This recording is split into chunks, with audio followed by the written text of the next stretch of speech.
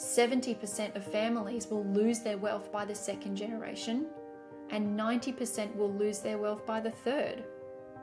And that means that fortune built by a grandparent is often gone before it reaches the grandchild. And families are often seeing their fortunes diminish over time. And it's not just because of bad investments or taxes. The number one reason is that the children were not prepared to receive it on multiple levels. There's no education, no communication, and no plan. You're listening to Property Investor Tales, stories from the front yard.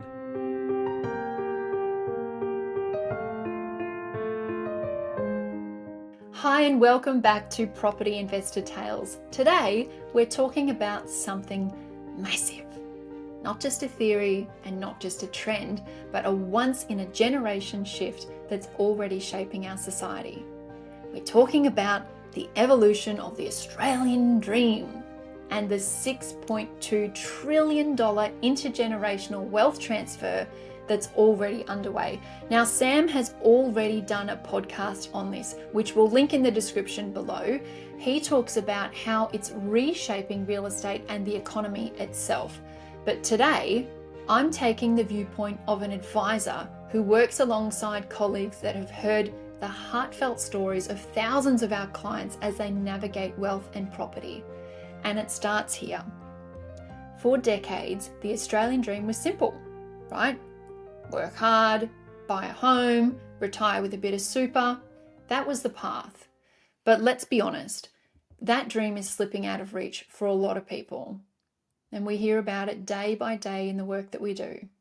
So in cities like Sydney and Melbourne, the median house price is now more than 10 times the average income. And Sam calls this out clearly, right? Australia is at a crossroads.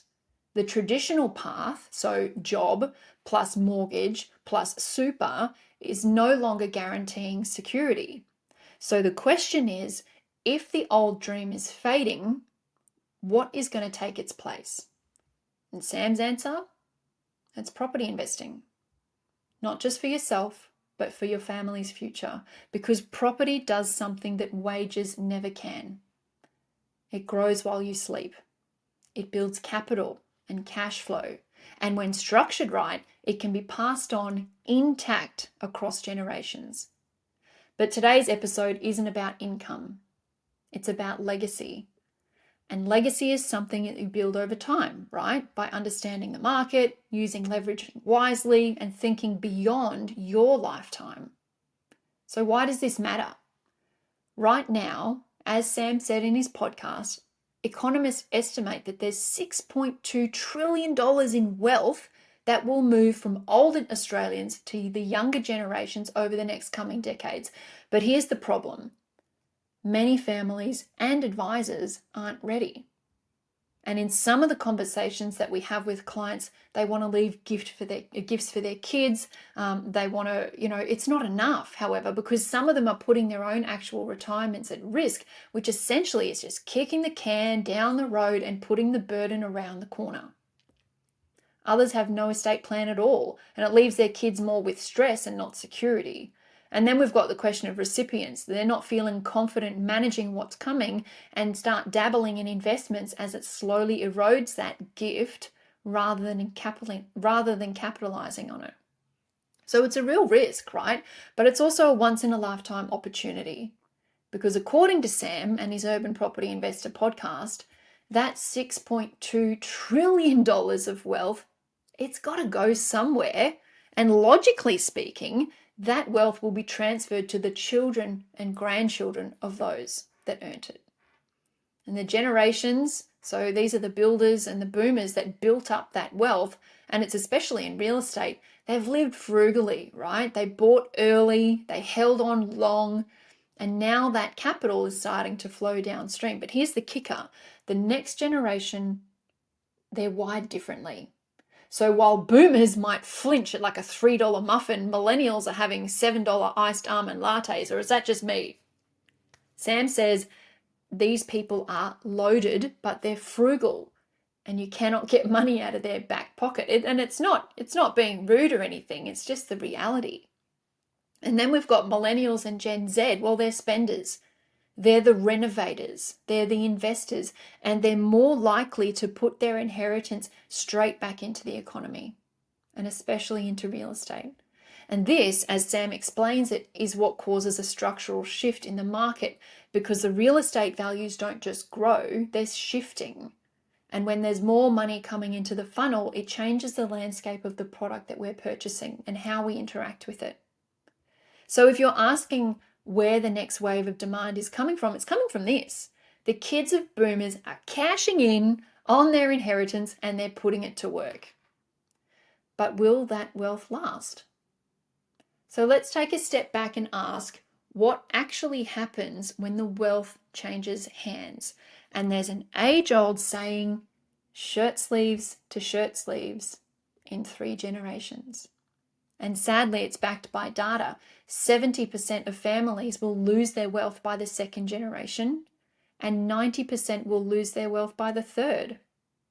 And that means that fortune built by a grandparent is often gone before it reaches the grandchild. And families are often seeing their fortunes diminish over time. And it's not just because of bad investments or taxes. The number one reason is that the children were not prepared to receive it on multiple levels. There's no education, no communication, and no plan.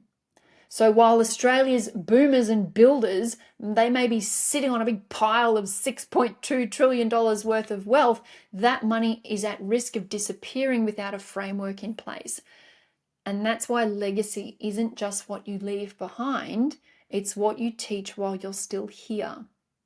And hey, maybe someone's just sent you this podcast episode. Maybe someone you love, like a parent or a partner or a friend who's been thinking about this stuff, wants you to be a part of the conversation. So if that's you, hi, welcome. They sent you this podcast probably for a reason. It's because they believe you've got a role to play in the family's future. And honestly, they're probably right. So if that's you, pull up a chair. You're now a part of the conversation now.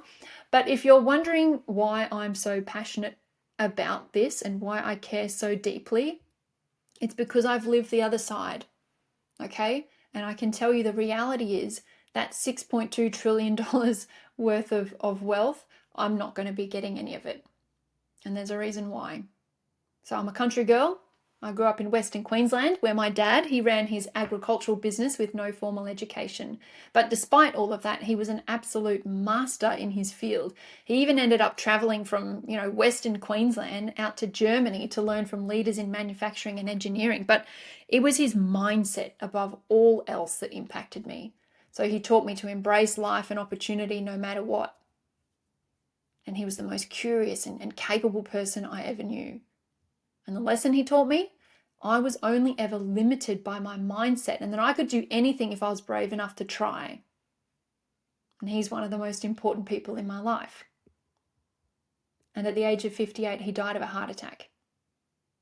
And in the days that followed, as we emptied his house, we discovered that his life insurance policy had expired.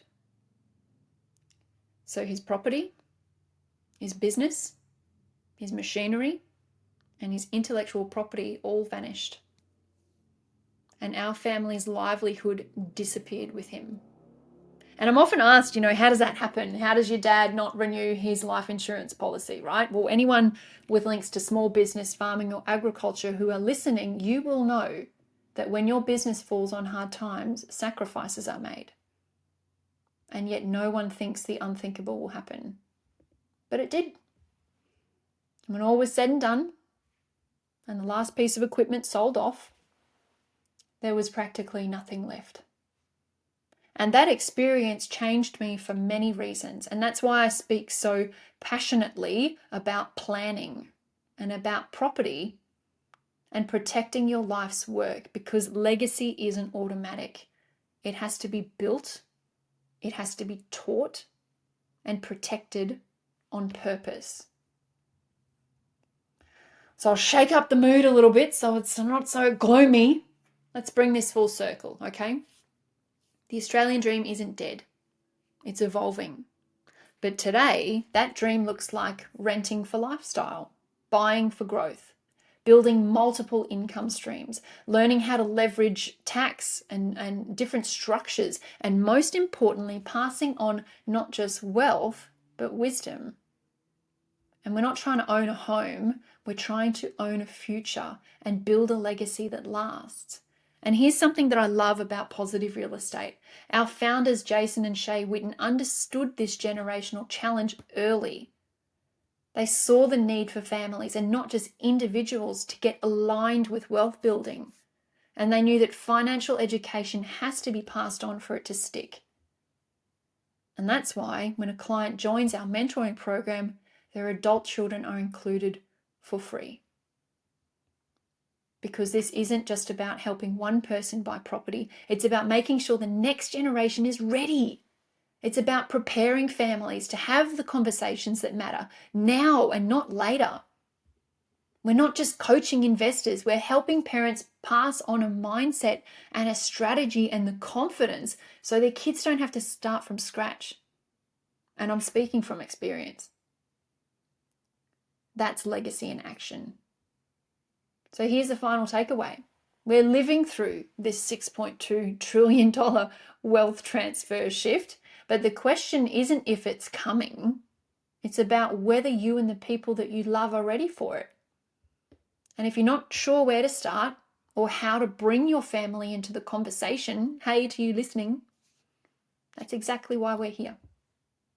At Positive Real Estate, we believe that legacy starts with education because it isn't about winning the game. It's making sure your children don't start from zero. So whether you're at the beginning of your journey or if you're already halfway there, the invitation is open. Start the conversation. Make a plan and build a legacy that lasts. Okay? Thanks for listening to Property Investor Tales. If this resonated with you, share it with someone who needs to hear it. Share it with someone that you love, okay? And stay with us. Tabitha will be back next time with more real talk and some practical insights and legacy building conversations to come. Bye for now. Hey, thanks for listening to Property Investor Tales. Remember to subscribe so you get notified every time a new episode drops. As you can guess, I love hearing people's property investor tales. So if you'd like to share yours, then please get in touch with me via email at propertyinvestortales@positivementor.com.au. We would also love your feedback, and I would appreciate a 5-star review over on Apple Podcasts or Spotify. Remember, you can watch all of these podcasts over on YouTube at Positive Mentor or at positivementor.com.au. Until then, take care, happy investing, and bye for now.